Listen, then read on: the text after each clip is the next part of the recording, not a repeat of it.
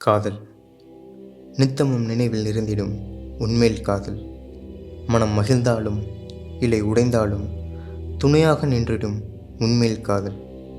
இது என் அருகில், மிக அருகில் நீ. தொட்டு பார்த்திட மனம் துடிக்க, இருந்தும் ஏதோ தூரம்.